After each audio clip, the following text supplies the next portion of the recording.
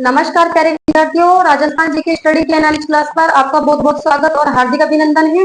तो कैसे हैं आप सब? आप चाहे किसी भी प्रतियोगी परीक्षा की तैयारी कर रहे हो, आपके लिए क्लास काफी महत्वपूर्ण रहने वाली है।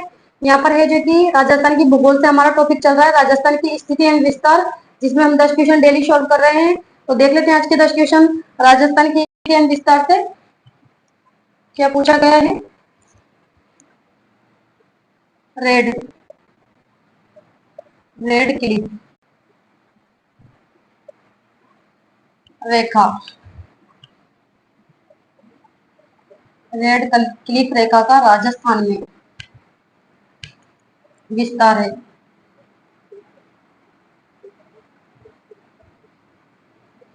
क्या पूछा गया है कि रेड क्लिफ रेखा का राजस्थान में ओणा गांव, ऑप्शन में आपको दिया है ओणा गांव, गंगानगर, बाकाशर, बाड़मेर, बाकाशर बाड़मेर। और बी ऑप्शन में आपको दे दिया गया है ओणा गांव,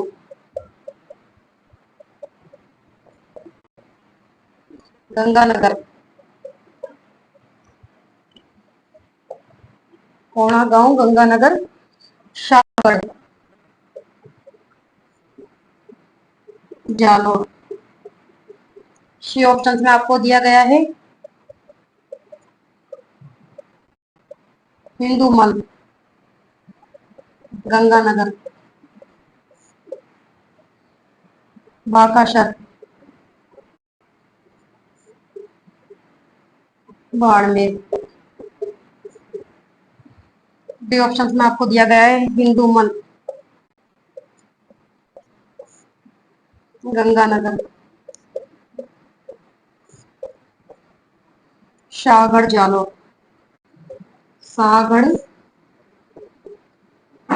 जालोर। तो बताइए क्वेश्चन नंबर 1 का राइट आंसर क्या होने वाला है। रेड क्लिफ रेखा राजस्थान में विस्तार है, ये पूछ रहा है आपसे।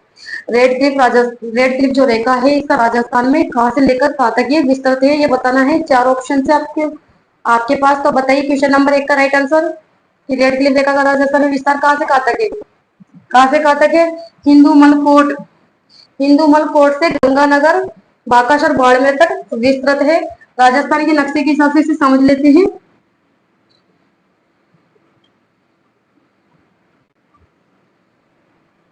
राजस्थान में है जो कि अंतरराष्ट्रीय सीमा लगाने वाले जो जिले हैं वे कौन कौन से हैं। श्री गंगानगर लगाते हैं, तो वर्तमान समय में तो अनूपगढ़ भी लगाने लग गया श्री गंगानगर। इसके अलावा बीकानेर, जैसलमेर,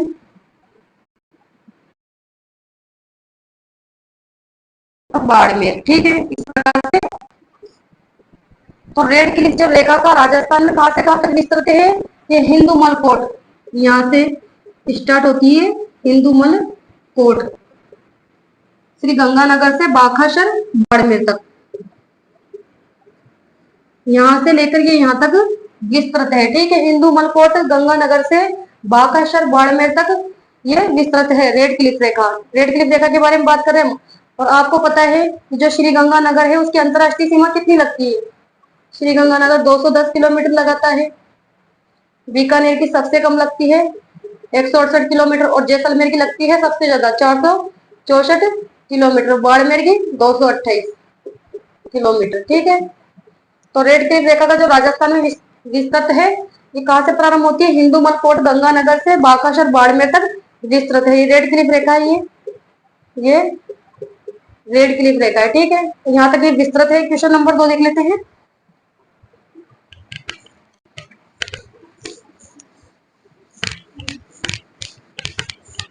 क्वेश्चन नंबर 2 क्या पूछा गया है? क्वेश्चन नंबर 2 में आपसे कर्क रेखा राजस्थान के किस भाग से गुजरती है। कर्क रेखा राजस्थान के किस भाग से गुजरती है। ये ऑप्शंस में आपको दिया है उत्तरी भाग, पूर्वी भाग, सी ऑप्शन में आपको दिया है दक्षिणी भाग,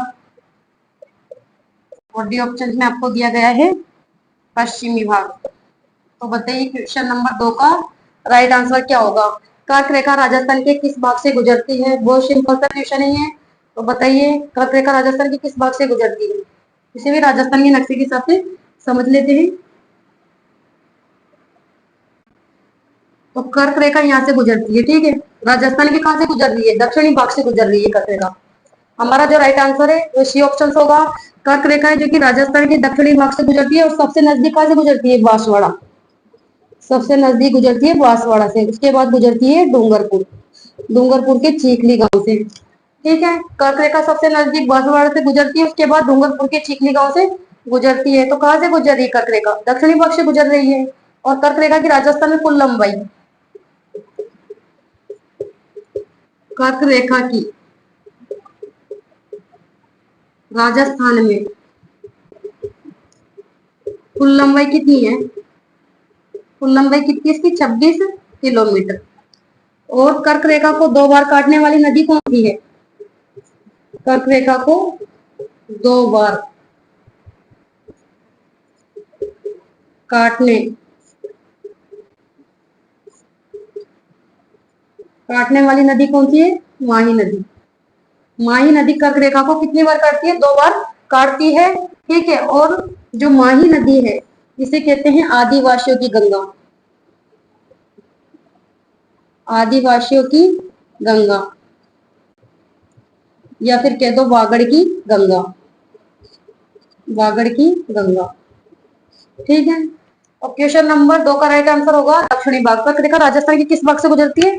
दक्षिणी भाग से गुजरती है, ठीक है। क्वेश्चन नंबर 3 देख लेते हैं।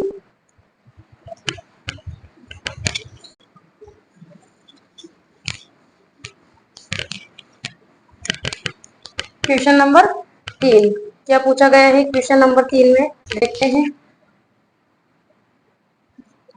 राजस्थान के किस जिले पर सूर्य की तिरछी किरणें पड़ती है? आपसे पूछा गया है कि राजस्थान की किस जिले पर सूर्य की तिरछी किरणें पड़ती है। ऑप्शंस में आपको दे दिया है डूंगरपुर, बी ऑप्शंस में आपको दिया गया है गंगानगर, और सी ऑप्शंस में आपको यहाँ दिया गया है प्रतापगढ़, और डी ऑप्शंस में आपको दे दिया गया है बांसवाड़ा। तो बताइए क्वेश्चन नंबर 2 का राइट, सॉरी 3 का राइट आंसर कि राजस्थान के किस जिले पर सूर्य की तिरछी किरणें पड़ती है? 4 ऑप्शन है आपके पास, तो बताइए।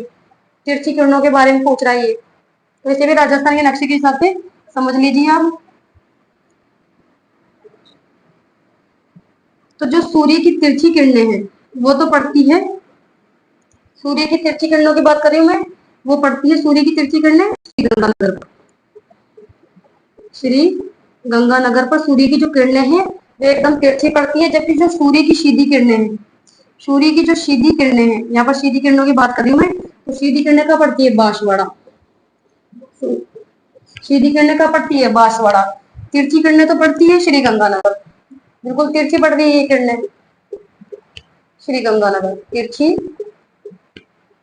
किरणें, तिरछी किरणें श्री गंगानगर में, और सीधी किरणें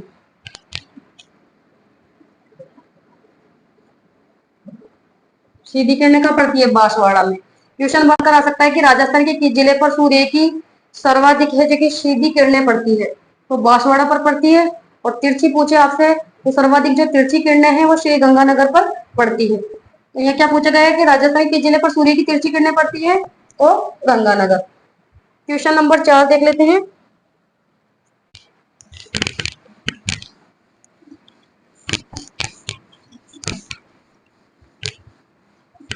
क्वेश्चन नंबर 4 क्या पूछा गया है?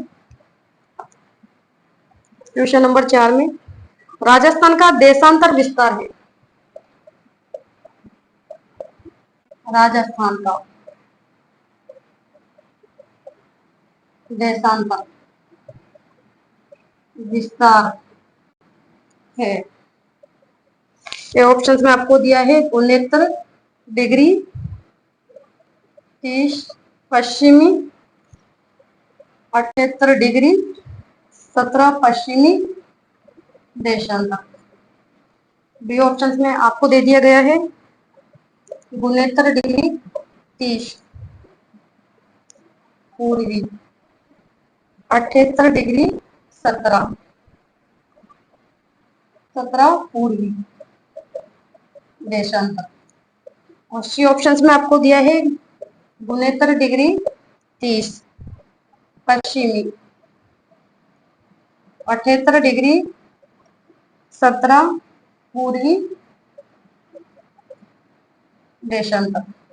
और डी ऑप्शन में आपको दिया गया है 69 डिग्री 30 पूर्वी, 78 डिग्री 17 पश्चिमी देशांतर। तो ध्यान पूर्वक पढ़ो और क्वेश्चन नंबर 4 का राइट आंसर बताइए आप कि राजस्थान का देशांतर विस्तार है।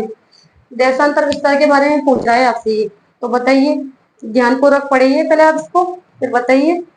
तो इसे राजस्थान के नक्शे के हिसाब से देख लेते हैं।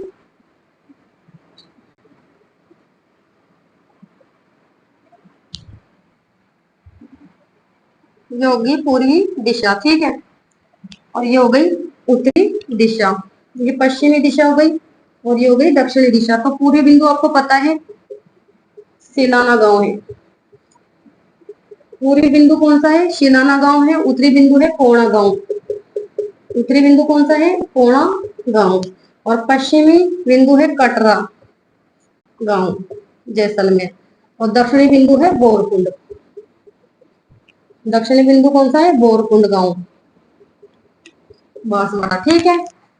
तो यहाँ पर राजस्थान का देशांतर पहले अक्षांश देख लेते हैं। अगर हम राजस्थान की अक्षांशीय स्थिति की बात करें तो जो राजस्थान की अक्षांशीय स्थिति है वह है 23 डिग्री 03 उत्तरी अक्षांश।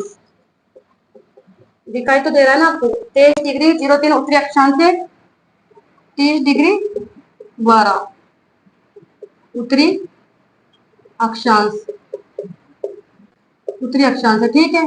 और अगर ये क्या पूछ रहा है हमसे कि देशांतर के बारे में पूछ रहा है, इसका अगर हम पूर्वी देशांतर देखें तो पूर्वी देशांतर है 69 डिग्री 30 से 69 डिग्री 30 पूर्वी देशांतर, 78 डिग्री पूर्वी देशांतर है, ठीक है। समझ में तो आ रहा है ना आपको कि राजस्थान का देशांतर विस्तार पूछा है ये। तो 69 डिग्री 30 से 78 डिग्री 17 पूर्वी देशांतर हमारा जो राइट आंसर है बी ऑप्शन होगा, क्योंकि यहाँ पर पश्चिमी दे दिया तो पश्चिमी तो बिल्कुल नहीं होगा। यहाँ पर पश्चिमी दे रखा है, कट हो गया, और यहाँ पर पश्चिम दे दिया। राजस्थान का जो अक्षांशीय मान है वह 23 डिग्री 03 से 23 डिग्री 03 उत्तरी अक्षांश से कितना है? 30 डिग्री 12 उत्तरी अक्षांश है। और राजस्थान का जो पूर्वी देशांतर है वो कितना है? 69 डिग्री 30 से 78 डिग्री 17 पूर्वी देशांतर है। तो जो हमारा राइट आंसर है वह होगा बी ऑप्शन, ठीक है। क्वेश्चन नंबर 5 देख लेते हैं।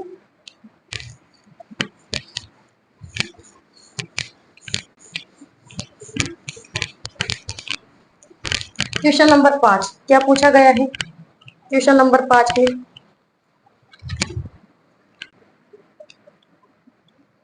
निम्न में से अधिकतम भौगोलिक दूरी वाला समूह कौन सा है? निम्न में से अधिकतम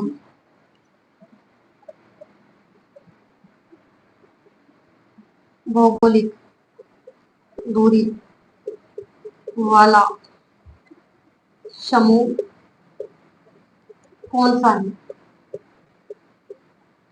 क्या पूछा गया है कि निम्न में से अधिकतम भौगोलिक दूरी वाला समूह कौन सा है? यहाँ पर जिलों के समूह दे दिए गए आपको, जयपुर, उदयपुर। बी ऑप्शन में आपको दिया है जयपुर, कोटा। और सी ऑप्शन में आपको दिया है जयपुर और जोधपुर। और डी ऑप्शन में आपको दिया गया है जयपुर और बीकानेर। तो बताइए क्या पूछ रहा है ये क्वेश्चन नंबर 5 कि निम्न में से अधिकतम भौगोलिक दूरी वाला समूह कौन सा है। तो बताइए कुछ जिलों के समूह दे दिए गए हैं, तो बताइए कौन से जिलों की जो कि अधिकतम दूरी पूछ रहा है, ये कौन से जिले जो अधिकतम दूरी रखते हैं। तो इसे भी राजस्थान के नक्शे के हिसाब से आप समझ लो, इसे आपको समझ में नहीं आएगा। ये हो गया हमारा जयपुर, ठीक है, यहाँ पर हो गया जयपुर और फिर दे रखा है यहाँ उदयपुर, उदयपुर यहाँ पर हो गया, ठीक है। कोटा, कोटा यहाँ पर आ जाता है, ठीक है। इसके अलावा फिर जोधपुर दे रखा है, तो जोधपुर यहाँ पर आ गया और फिर बीकानेर दे रखा है, तो बीकानेर यहाँ पर हो गया। तो अब आप देख लीजिए किसकी अधिकतम दूरी है, बताइए कौन सा अधिक दूरी वाला जिला दिखाई दे रहा है आपको जयपुर से। जयपुर से कोटा तो यहाँ पर पड़ रहा है, ये तो पास में है। इसके अलावा जयपुर से जो जोधपुर है ये भी नजदीक पड़ रहा है, और जयपुर से जो बीकानेर ये भी नजदीक पड़ रहा है, लेकिन जयपुर से जो उदयपुर है ये अधिकतम दूरी पर स्थित है। समझ में आ रहा है ना आपको, उदयपुर अधिकतम दूरी पर स्थित है। तो क्या पूछ रहा है कि निम्न में से अधिकतम भौगोलिक दूरी वाला समूह, निम्न में से अधिकतम भौगोलिक दूरी वाला समूह कौन सा है। तो जयपुर, उदयपुर। सबसे ज्यादा जयपुर से कौन सा जिला दूरी रख रहा है, उदयपुर रख रहा है, ठीक है। कोटा तो नजदीक पड़ रहा है, बीकानेर भी यहाँ पड़ रहा है और जोधपुर भी पास में है, लेकिन जो उदयपुर है ये सर्वाधिक दूरी रख रहा है इन जिलों की अपेक्षा, ठीक है। तो यहाँ पर क्वेश्चन नंबर 5 का राइट आंसर ए ऑप्शन होगा। क्वेश्चन नंबर 6 देख लेते हैं। आप है जो कि राजस्थान के नक्शे के हिसाब से भी इसे समझा करो, राजस्थान के नक्शे के हिसाब से भी इसे इस क्वेश्चन को देखना और समझने की कोशिश करना, क्योंकि यहाँ पर आपको राजस्थान की है जो कि जियोग्राफी पढ़ाई जा रही है, और जियोग्राफी में है जो कि क्वेश्चनों को है जो कि रटने की आवश्यकता बिल्कुल भी नहीं है। आप राजस्थान के नक्शे के हिसाब से इसे सोल्व करने की कोशिश किया करो क्वेश्चनों को। क्वेश्चन नंबर देख लेते हैं यहाँ पर 6। क्या पूछा गया है, श्री गंगानगर जिला आपसे पूछा गया है, श्री गंगानगर, श्री गंगानगर जिला राजस्थान के किस भाग में स्थित है।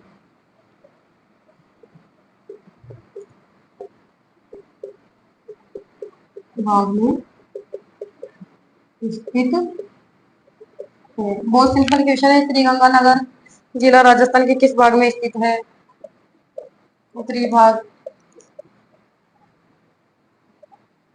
पूर्वी भाग, सी ऑप्शन में दिया है दक्षिणी भाग, डी ऑप्शन में दिया है पश्चिमी भाग। तो बताइए क्वेश्चन नंबर 6 का राइट आंसर। श्री गंगानगर जिला राजस्थान के किस भाग में स्थित है। सिंपल सी बात है, कौन से भाग में स्थित है, उत्तरी भाग में स्थित है। जैसे कि ये राजस्थान का नक्शा हो गया, ठीक है। तो श्री गंगानगर कहाँ पर आता है, यहाँ पर आता है। श्री गंगानगर कहाँ आता है, यहाँ उत्तरी भाग में आता है। ये उत्तर दिशा है, ये दक्षिण दिशा है, ये पूर्व दिशा है और ये पश्चिम दिशा है। अगर यहाँ आपको बांसवाड़ा दे दिया जाए तो बांसवाड़ा तो आता है दक्षिणी भाग में, या फिर धौलपुर दे दिया जाए तो धौलपुर आता है पूर्वी भाग में, या फिर जैसलमेर आपको दे दिया जाए तो ये आता है पश्चिमी भाग में। तो यहाँ क्या पूछा गया है, श्री गंगानगर जिला राजस्थान के किस भाग में स्थित है, उत्तरी भाग में। क्वेश्चन नंबर 7 देख लेते हैं।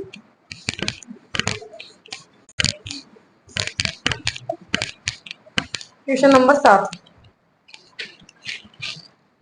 क्या पूछा गया है क्वेश्चन नंबर 7 में। उदयपुर जिले का पुरातन नाम था। उदयपुर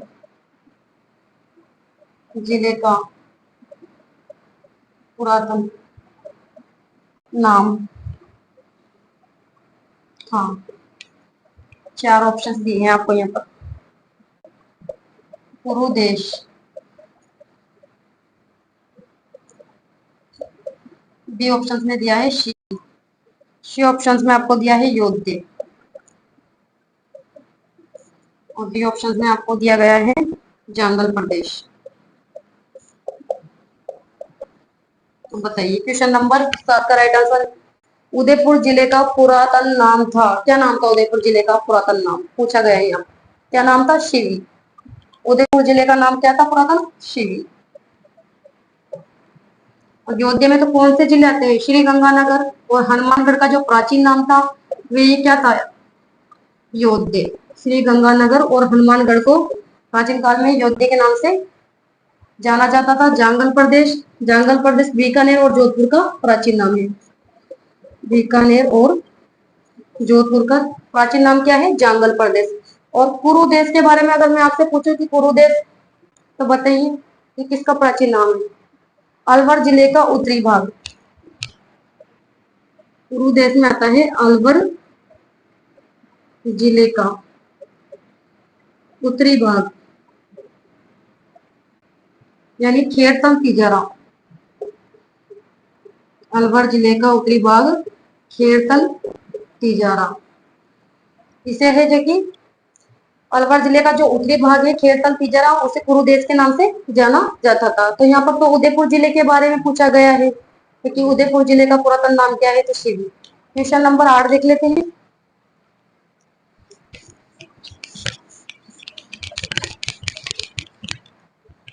क्वेश्चन नंबर 8 क्या पूछा गया है कि राजस्थान के किस जिले को जांगल प्रदेश के नाम से जाना जाता है?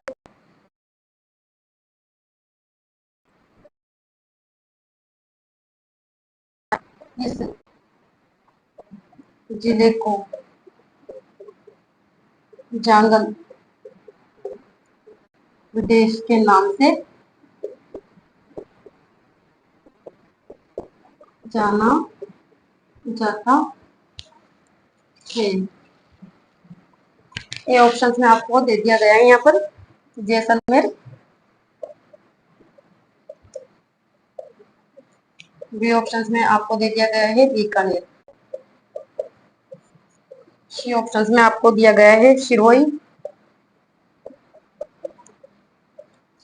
और डी ऑप्शन में आपको दे दिया गया है उदयपुर। तो अभी पढ़ा है हमने ये तो कि राजस्थान के किस जिले को जांगल प्रदेश के नाम से जाना जाता है या जाना जाता था?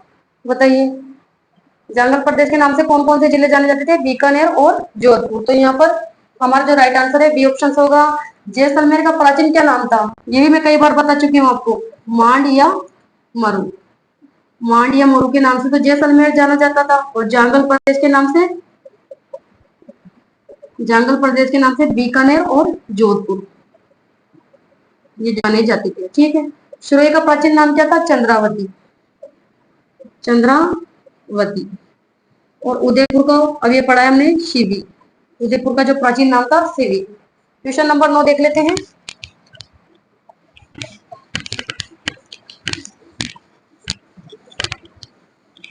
और परीक्षाओं में यहाँ से क्वेश्चन है जो कि घूम फिर कर आते हैं।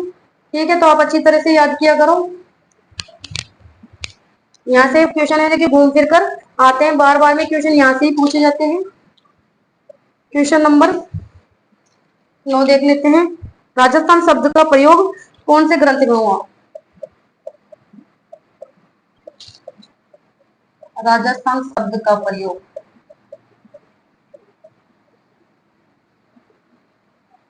कौन से ग्रंथ कौन से ग्रंथ में हुआ? नैणसिरी ख्यात, यहाँ पर आपको दे दिया है ऑप्शन में नैणसिरी ख्यात। बी ऑप्शन में आपको दिया,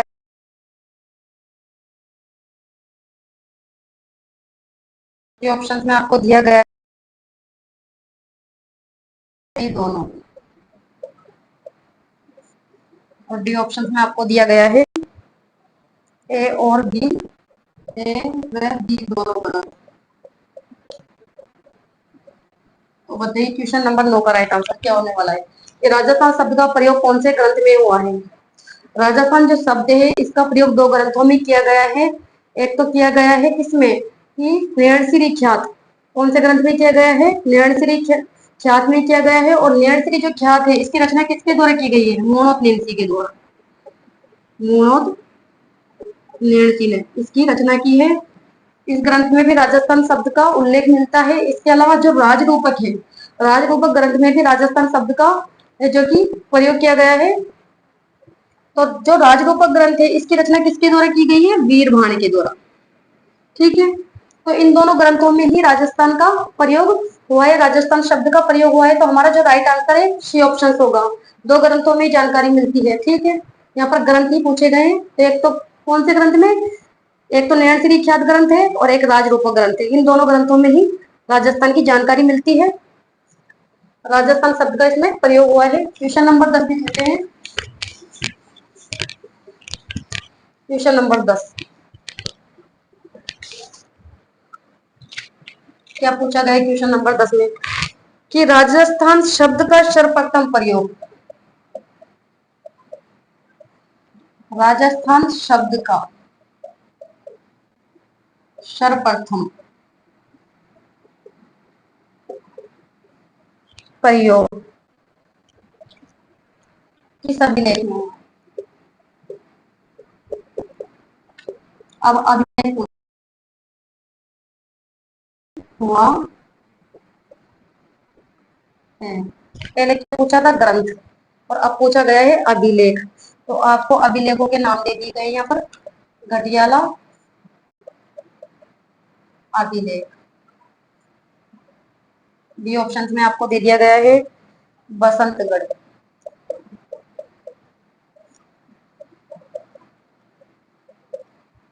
अभिलेख, और सी ऑप्शन में आपको दिया है रणकपुर, रणक रणकपुर अभिलेख, और डी ऑप्शन में आपको दिया गया है कुंभलगढ़ प्रशस्ति, कुंभलगढ़ प्रशस्ति। तो बताइए क्वेश्चन नंबर 10 का राइट आंसर क्या होने वाला है कि राजस्थान शब्द का सर्वप्रथम प्रयोग किस अभिलेख में हुआ है? 4 अभिलेख दे दिए गए हैं। तो बताइए राजस्थान जो शब्द है इसका जो सर्वप्रथम प्रयोग है वो हुआ है बसंतगढ़ अभिलेख में। और बसंतगढ़ जो अभिलेख है ये कहां से प्राप्त किया गया था? चीमल माता, चीमल माता शिरोई, चीमल माता शिरोई से प्राप्त किया गया था। ठीक है, और कब प्राप्त किया गया था? ये 682 विक्रम संवत में। ठीक है, और इसमें किस वंश के बारे में जानकारी मिलती है? तो चावड़ा वंश, चावड़ा वंश के बारे में इसमें जानकारी मिलती है। किस राजा के समय का है ये? वर्मलात, वर्मलात राजा के समय का है। तो राजस्थान शब्द का सर्वप्रथम प्रयोग किस अभिलेख में हुआ है? बसंतगढ़ अभिलेख में किया गया है। ठीक है, तो यहाँ पर हमारा जो राइट आंसर है बी ऑप्शन होगा। जबकि जो घटियाला अभिलेख है ये प्राप्त किया गया था फलोदी, और घटियाला जो अभिलेख है ये है 861 ईस्वी का। ठीक है, और इसमें किसके बारे में जानकारी मिलती है? घटियाला अभिलेख में, घटियाला अभिलेख में किसके बारे में जानकारी मिलती है? कपूर, कपूर के बारे में जानकारी जानकारी मिलती है इसमें। ठीक है, जबकि जो रणकपुर अभिलेख है, अगर हम बात करें यहाँ पर रणकपुर अभिलेख की, तो रणकपुर अभिलेख 1439 ईस्वी का है ये, और इसमें मेवाड़ वंश के बारे में जानकारी प्राप्त होती है। जबकि जो कुंभलगढ़ प्रशस्ति है, कुंभलगढ़ प्रशस्ति 1460 ईस्वी की है, और कुंभलगढ़ जो प्रशस्ति है, कुंभलगढ़ प्रशस्ति में इसमें भी मेवाड़, मेवाड़ के वंश के बारे में जानकारी प्राप्त होती है। ठीक है, तो यहाँ पर क्वेश्चन नंबर 10 का राइट आंसर बी ऑप्शन होगा। तो आज के 10 क्वेश्चन हमने सोल्व कर लिए हैं, और सभी विद्यार्थी से निवेदन है कि क्लास को ज्यादा से ज्यादा शेयर करें। क्लास अच्छी लगी तो लाइक कीजिएगा, शेयर कीजिएगा। तो नेक्स्ट वीडियो में मिलते हैं नए 10 क्वेश्चनों के साथ। तब तक के लिए धन्यवाद। Thank you so much.